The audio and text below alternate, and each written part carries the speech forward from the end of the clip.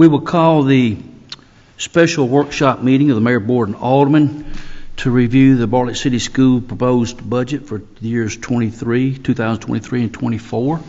At this time, I'd like to invite the school superintendent, Mr. David Stevens, to come to the microphone at the time, present his presentation. Thank you, Mayor and Alderman. First, before I get started, we have Shirley Jackson, one of our board members here, and also Teresa Winter, our Chief Financial Officer, and y'all all know good old Jason Sykes. He's always, something's going on in Bartlett, Jason's going to be there, and we're excited to have those folks here to support us. First, I'd like to say thank you. I appreciate, this is our 10th budget. Chief, this is the 10th one. It was very interesting. I've stood here and spoke before, but I don't know if since I interviewed 10 years ago, if I've spoke right here at this place for that long. I'll try not to go that long, Brad. I'll try to get us through, because I know you have a meeting after that. But I do really appreciate the city's support. It's been a great partnership going into our 10th year. We've seen a lot of great things happen through the renovations at the high school, the academy renovations, and really looking now at what the future is going to look like. Now, when we built the budget this year, this has been a little bit of a different challenge. Before, schools were funded through the state, through the BEP, the Basic Education Plan, and so many people said that funding model was definitely basic. It wasn't an adequate funding plan, so the governor and the commissioner, they came up with a new funding formula that's gone into effect with this budget, and it's called TISA, and it's the Tennessee Investment in Student Achievement. So that has been a little bit of a challenge. We have been working under the BEP model for many, many years, and now with TISA, it kind of changes things a little bit. The good news is that through TISA, it looks like we will be receiving some additional funding through the state. So we are excited about that. One of the things we really wanted to do this year was look at investments. We know Bartlett is poised for growth. We know that Union Depot is coming in. We know that those issues with the sewer and all that, Ford coming in, all those things are for the next few years. We want to be, when the school district, well positioned as we grow, so we think about that and making sure that we have all the pieces and people in place as we continue to grow. This budget is built around looking at about an increase of about 200 students. I believe that's what we looked at, which is good growth, and we think that there will be some additional growth. Our planner, Nedra Jones, has looked at it, and we think that it's going to be steady growth, and capacities and things in our schools are looking really well. It's good that we've done the work that we've done to kind of prepare for the growth that is coming.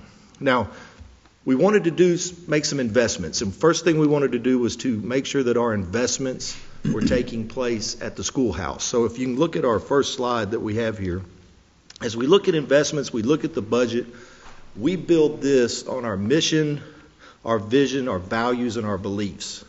So we always go back to this as our guiding principles. A lot of these vision and mission were things that were the foundation of our district, and we also look at our strategic plan to make sure that we're investing the dollars in the right way. And we went through the process. COVID kind of got that derailed a little bit, but after COVID, we finished that strategic plan with community input.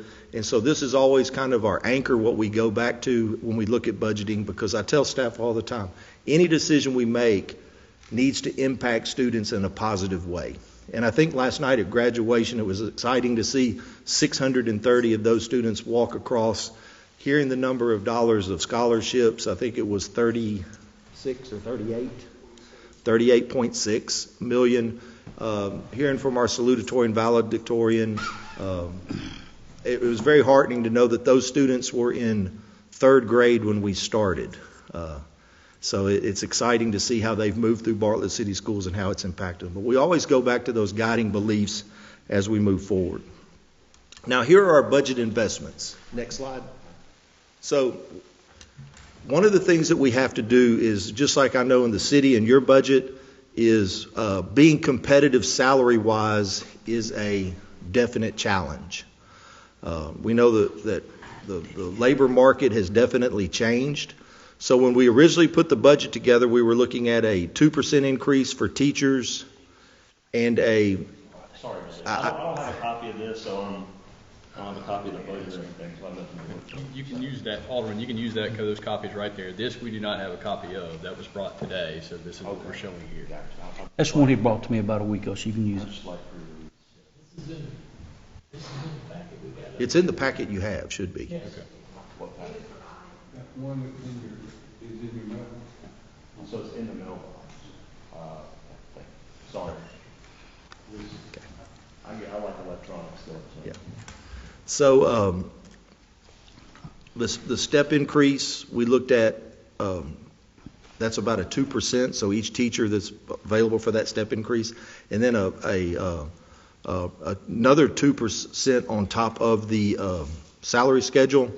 One of the things that we have discussed and looked at this when we built this budget, it was based on that 2%. We've looked at all the other municipal school districts, and they are going with a step increase, but they're going to a 3%. So what I'm going to be doing is bringing to my board in the May meeting is another budget amendment to amend this by 1% increase to get us up with the other districts. We can't fall behind in salary schedule because teachers will be looking to jump and move. So that'll be about another $400,000 investment. So we're working to get that, and we'll be doing that through a budget amendment. But we do want our teachers to know how valued they are and that 3% is important. All other staff, central office staff, hourly, all of those folks, we did a compensation study 2 years ago where before many employees were like on a 1 or 2 steps as they moved. They took the job and there was only one raise in there. Now it's 0 to 10, so there's 11 steps. So now these employees will be moving their step, getting their 2% raise. English is a second language area that's grown in some of our schools, so we need 3 ESL teachers. And that is driven by numbers. We have been we needed probably another one last year because that population is steadily growing. It hasn't grown tremendously, but we've got to get those numbers up. And you can see the step increase, the 2% for the teachers is a $1.9 million investment. The step increase for the non-teaching staff is about a $380,000 investment. 3 teachers, that's about $260,000 investment. And then capturing kids' heart. We put a program in where we're really looking at our students. After COVID, we've seen so many kids with so many social, emotional problems, not being able, coming back into school. So we have a program where we really look at working with kids, helping our teachers and staff understand where kids are and bridging that gap, and it's called Capturing Kids' Hearts. So what we're going to do at the academy is put a teaching position in, and it's a course that's called Lead Worthy. So we're going to be building a group of mentors, student mentors, that can work with students to help them go through their high school career. So we're excited about adding that position. Special education, we've seen a big increase in our number of special education students. So that's to the tune of about $260,000. We need 2 more special education assistants. We're putting in a mechatronics lab at Bartlett High School, and this is really directly in line with some of the recommendations that Ford has made. And this is dealing with robotics, pneumatics, electronics. So it's kind of assembly aligned type work. So we'll be hiring a mechatronics. We did get a grant for equipment that we're going to be putting in that lab. If you see a 120-day contract, that's a really good way for us to save money. That's a retired teacher. They can come back and work 120 days, and we don't have to pay benefits and all of those things. So we're excited to find a strings teacher for our elementary schools. We try to be creative that way. 1 additional guidance counselor that we need in our elementary schools. 2 assistant principals. Ellendale and Rivercrest only have 1 assistant principal. Their numbers are going up, so they're going to be in line now with the rest of the elementary schools. This is an ask they've probably had for the last 2 or 3 years that they've been asking for that additional help. Now we did receive ESSER grant. The Elementary and secondary, education, what was it, Teresa? We talked about that today. Relief Act. So we received money in that. We had put some teaching positions, some counseling, and some social worker positions in that grant. We're moving them back into the general fund because next year ESSER goes away. So it's a way that we can right-size the budget and get that straightened out. And the other thing that we're putting in, and this has been in our budget, I know 2 other times and has been approved, but COVID hit and we weren't able to staff it. One of the problems we have is we need to be able to inventory and asset tag everything that's delivered. Right now, everything is delivered out to the schools. So we're going to have central receiving at our central office. If you've been to our central office, that wonderful building that used to be Tropical Square and then it was Bartlett Square, out to the back of that, there's a building, an outbuilding behind the gas station that finally opened. I was glad to see that. My staff, well, they want me to build steps up to it so they can take the shortcut to get lunch. But we're going to hire a couple folks, get a delivery van where things are brought to central office. We can asset tag them. We can get them out. And this is something I know, Chief, you've been asking for, so we can keep a better account of everything that's out into our schools. So just these investments is about a $5 million increase to the budget. The good news is, I'll let the cat out of that bag, we're not asking the city for any more money. We've been over the 10 years, have been very frugal. We have tried to save as much as we can, even through the high school project, the academy project. So that has been a very good situation. So I like to show this next slide. And this kind of. We have a question. Can we ask you this now? Sure, anytime. Dr. Stephen, you mentioned the 3%. So is that going to be in this one? We're going to do it with a budget amendment to add Okay. This budget is complete. We're going to come in and bring those dollars in through a budget amendment. But there will be, instead of 2, it will be 3. Right. And as know, we bring the budget amendments, and then Dick will bring those here to get approved. I've got to get my board to approve it in May. And you did that to stay competitive. We would have had to. I found out about everybody going to 3 the afternoon of my meeting. Okay. All my colleagues, I found out that they were all going to 3%, and I just couldn't let Bartlett get behind. We didn't have time to totally redo the budget. Okay. So we're going to do it through a budget amendment. Thank you, Doc. Yep. Superintendent, can I Yes, ask sir. about growth in Ellendale and Rivercrest? Sorry about that. You said there's growth in Ellendale and Rivercrest. Is it just growth in city population for elementary schools? Just across the board, yes. What's our percentage of out-of-district students that we're allowed to transfer? I can get that number for you. I don't have it in front of me, but it's a.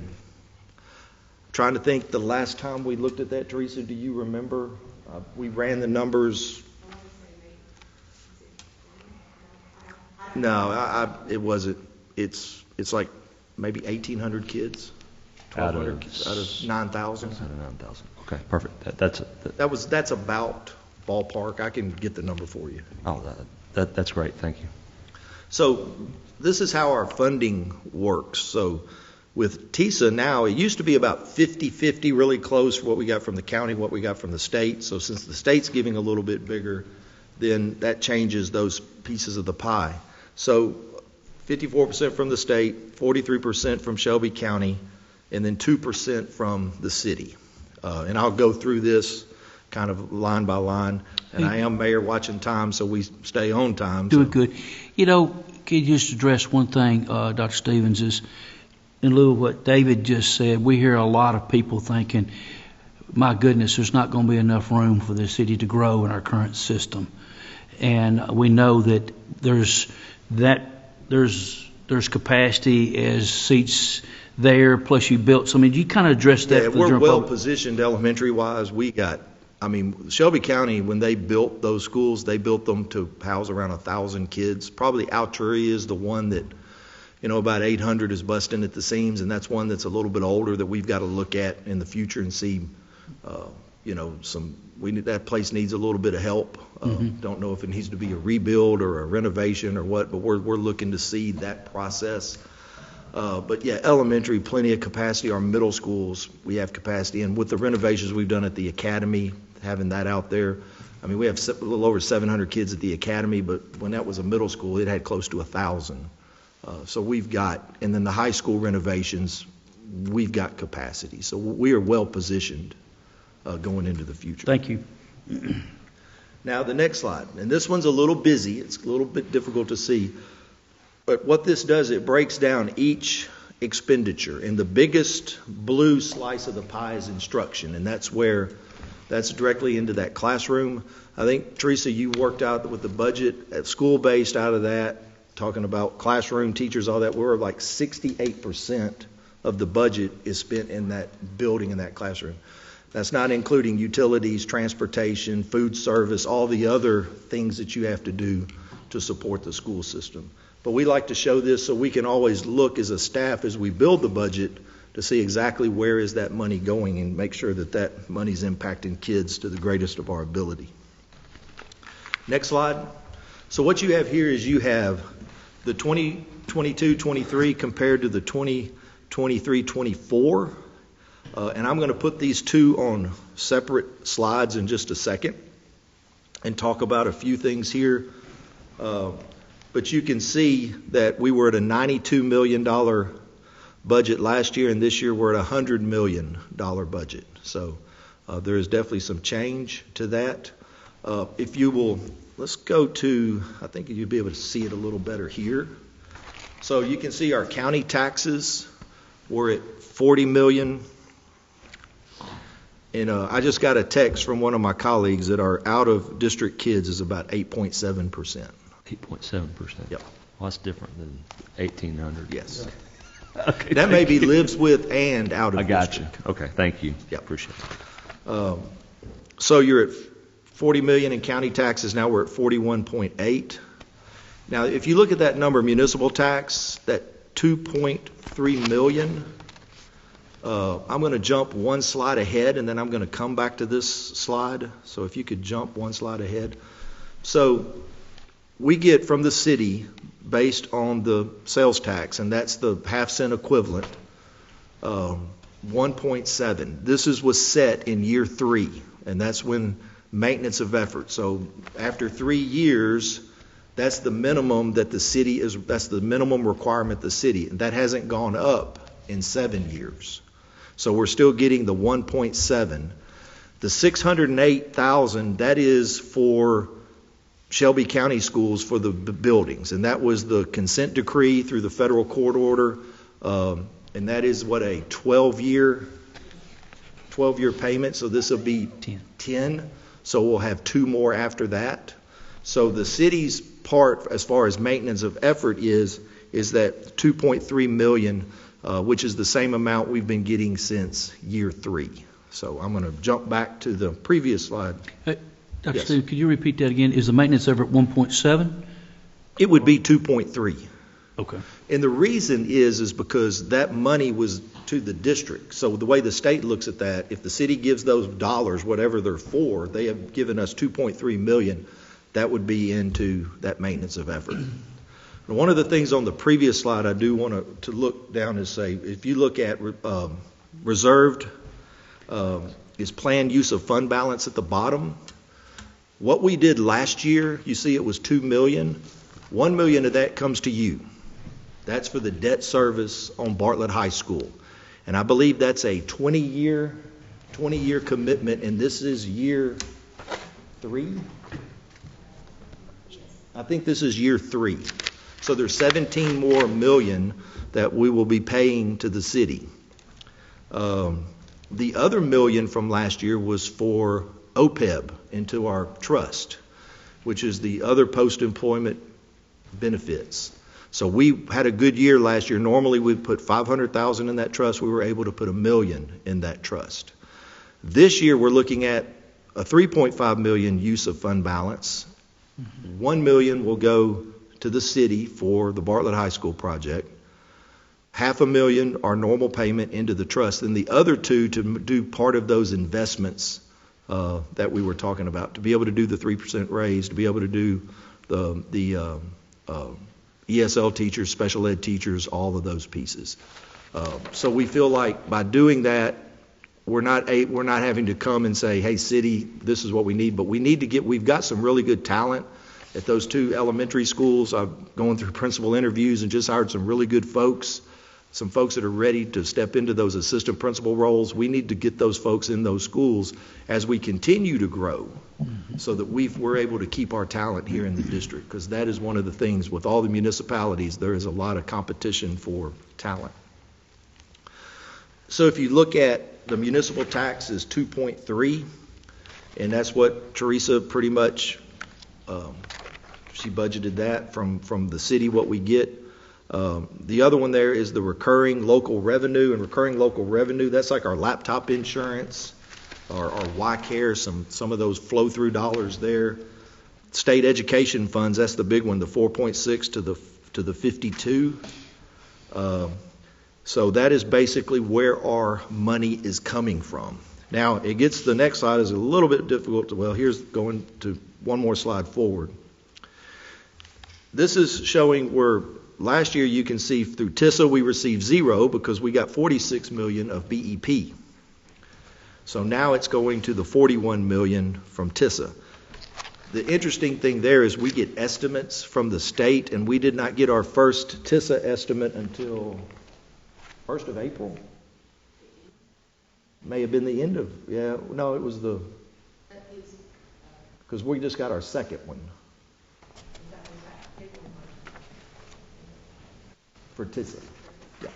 So we get those estimates, and we've noticed that it has been holding. We get 2 more estimates before they come in and say this is exactly what you're getting from the state. So the good news is through those estimates we've been holding pat. And Career Ladder Program, that's a program that the state had for teachers that was, in fact, that goes back, I believe, to all the way maybe to Don Sundquist, doesn't it? The Career Ladder 1, 2, and 3, so that's sunsetting. So the next slide, this is our instructional program, and you can see the head count, and then the budgeted amounts from our regular instruction, which is the biggest piece of that. That was that blue piece of the pie from $43 million to $49 million. Then you have your exceptional children, that's our special education, from 7.2 to 7.8. Technical education, we're adding that mechatronics program. So that's 1.7 now.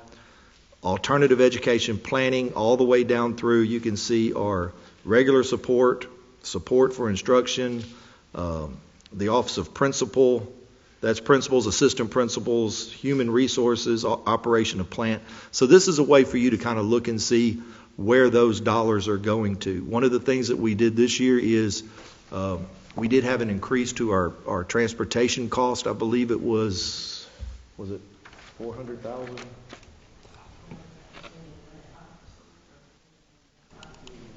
It was a little over 400,000. What they did is during COVID, they held that number, and then through our contract that went up. Our cleaning, we outsource our cleaning. We did not see an increase in that, so we were able to hold the line on that.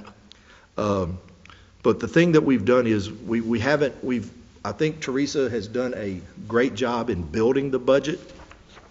The team has really come in, and we've tried to sharpen it as best we can.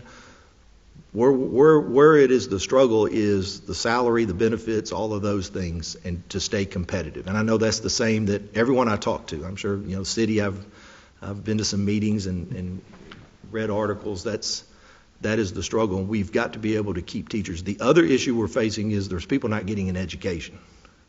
It's just the pipeline through the University of Memphis is who we usually get. So many, those numbers are dwindling, just not as many kids getting into that profession. So what we're looking at is how can we talk about the profession in a way that will encourage kids to come and want to teach in Bartlett, go to Bartlett, because some of our best folks we have grew up here, went to school here, went to University of Memphis, wherever they went, came back and taught here. So we have got to continue that pipeline, and we're really looking at going forward in year 10, how can we make Bartlett a place where people want to come work, buy a house, raise their family, and do that. So we're working really hard at that. But we feel this is a solid budget. It's addressing some certain things. It's addressing some salary issues. It's addressing some needs out in the classroom, programming, but it's also paying into that OPEB trust, which we have been able to do year after year to keep that cost down. So we feel like that team's done a great job. We're excited. We think this is going to make sure that Bartlett is still able to provide a great education for every student and a great place to work for everybody that comes into the district. So if you have any questions, anything there, I will definitely try to answer them. If I can't, Chief Winter will, she's always good at pulling the numbers out. Alderman Young? Stevens, I got a question. You kind of have a double-edged sword in that we're trying to encourage people to get into the technical program and emphasizing the fact that you don't have to spend all the money on college to earn a good living when you get out of high school. And as a result, maybe they're getting into the technical programs and we can't get teachers now because of it. Well, I think there's enough to go around. Okay. I think what we've seen is, with probably 2,000 kids in 10 through 12 over there, there's a lot of kids that are in that early childhood program, where I think my kids went in that when they were little. Used to be Miss Patty's class a long time ago. But we have those programs, but we're looking at adding in teaching as a profession coursework. We've done a lot of great work around CTE, career technical. We're really pushing that. But there are some kids who do have that affinity and they want to get into teaching. They just don't know how. And sometimes we're some of our worst enemies because we don't talk up the profession enough. It has been so good to me and my family. I had 13 family members, and I was the last one as an educator. Now my daughter's going to be graduating in December as a special ed teacher from Christian Brothers. So she's going to be the last one. So is it shrinking in a lot of schools? Everywhere across the country. Okay. It's a national issue. Okay. The teacher shortages is, and it's every municipality's having the same issue in every district. And when I go to meetings across the state, everyone's having the same issue. Okay. Thank you. Any other alderman with Alderman Quinn? Hey, thank you, Dr. Stevens, for coming out today. Just real quick, on the MOE, do you have any plans for that money after it ends? Well, the $600,000, yeah, it'll go towards the debt service to the city, the $1 million that we owe okay. for the next 17 years. Yeah, that's my plan. Yeah, that's because the thing about it is because the next administration down the road. When we did that deal, it was really saying, I'm going into $20 million of debt to another board and another administration. So my thought was take that $600. So it's not as bad to put somebody on the hook for $400,000 for the next 10 or 12 years. That's a little more palatable than doing that. But that's what the plan is. That's conversations I had with Mayor McDonald also. Right, to move that there. Yeah. So. And the second thing, I don't know if you were going to ask this or not, but when we had a discussion with Parks last week, we were talking about practice fields. Do you want to spearhead those questions or not? It's good. So one of the biggest complaints, and obviously I've been involved in sports at the school for a while just because all my kids played, was the amount of traffic traffic and scheduling of the turf field. And the usage of it by certain sports. So a lot of sports are year-round now. They use that all the time.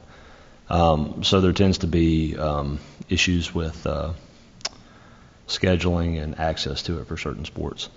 So one of the things we're talking about overall is the overall plan, long-term plan for fields for Bartlett. And do we need to do that jointly and plan that jointly to expand our capacity? 100%. Because we'd love to be in those conversations. Okay, good. Well, you'll be involved in the conversation. Great. But to me, it's an important one, just given the fact that spring is a terrible time for fields, and everybody who has a grass field doesn't want to play on it because they're going to tear the field up. And so where do they go? They go to the high school, and then next thing you know, you got 3 other sports getting mad because they don't have access to the. So that's a recurring issue I think that we have on it from a capacity. And that's why when we started, we purchased the property from Bartlett United Methodist for the soccer field.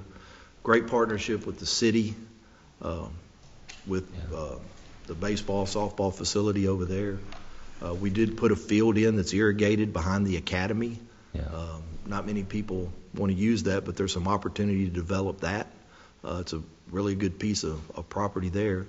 Even when you look at that, when you look at Appling's gym, I've gone over with architects and engineers and looked at that and said, is there a possible way to expand that gymnasium or to build a new one? I mean, it is, if you've been in there, on one side there are no bleachers, on the other side I think it goes up 3 rows. I mean, that is, and then when you look at Alturia and Ellendale, our 2 older buildings, which we feel Ellendale, from some feasibility studies we did early on, is pretty good structurally, needs some work done to that. Alturia is a school that we're definitely going to. So when we look at it, we got to see, how are we going to manage that? The good news is we went through the Bartlett High School project and we went through the Academy project, and we had some dollars come through at a good time. The other thing that is going to be very beneficial is the conversations we'd have with Lee Harris and his administration. If they build that Frazier School and they build the Cordova School, I think we're probably looking at about, if both of those were built, our ADA split of that would be about $15 million. That gets us well on the way to replacing Alturia. So I think that's some benefit there of looking how we can, by us being frugal, saving money, putting money back for that. That's one of the things that we've tried to do. We knew that building's going to have to be addressed. Because the thing we don't want to come is always coming to you, and then for 10 years we haven't, is saying, hey, Daddy, can I borrow your credit card? We don't want to do that. We want to stand on our own 2 feet and keep moving forward. But it's always been a great partnership, and so appreciative. The work you've done with the SROs in the buildings, the grounds maintenance, the city public works folks. Everybody that we've worked with over the 10 years through the administrations, they're fabulous, and it continues, and it's such a great relationship, So. Dr. Stevens, I know we've talked about Alturia and we talked about Ellendale. Long term, do you see the need for both of those? I think so. I think you're going to see continued growth, and the thing about it is you don't want to shutter one for 3 or 4 years and then you come up and say, oh, now we need to build another elementary school 10, 15 years down the road. Because right now, if you're looking at the Alturia project, I met with the architect today of trying to get some discussions about, can we start some type of a feasibility study, a master plan for that campus. We wouldn't be breaking ground there if everything went perfect and we started next month, the planning process probably till 25. Mm-hmm.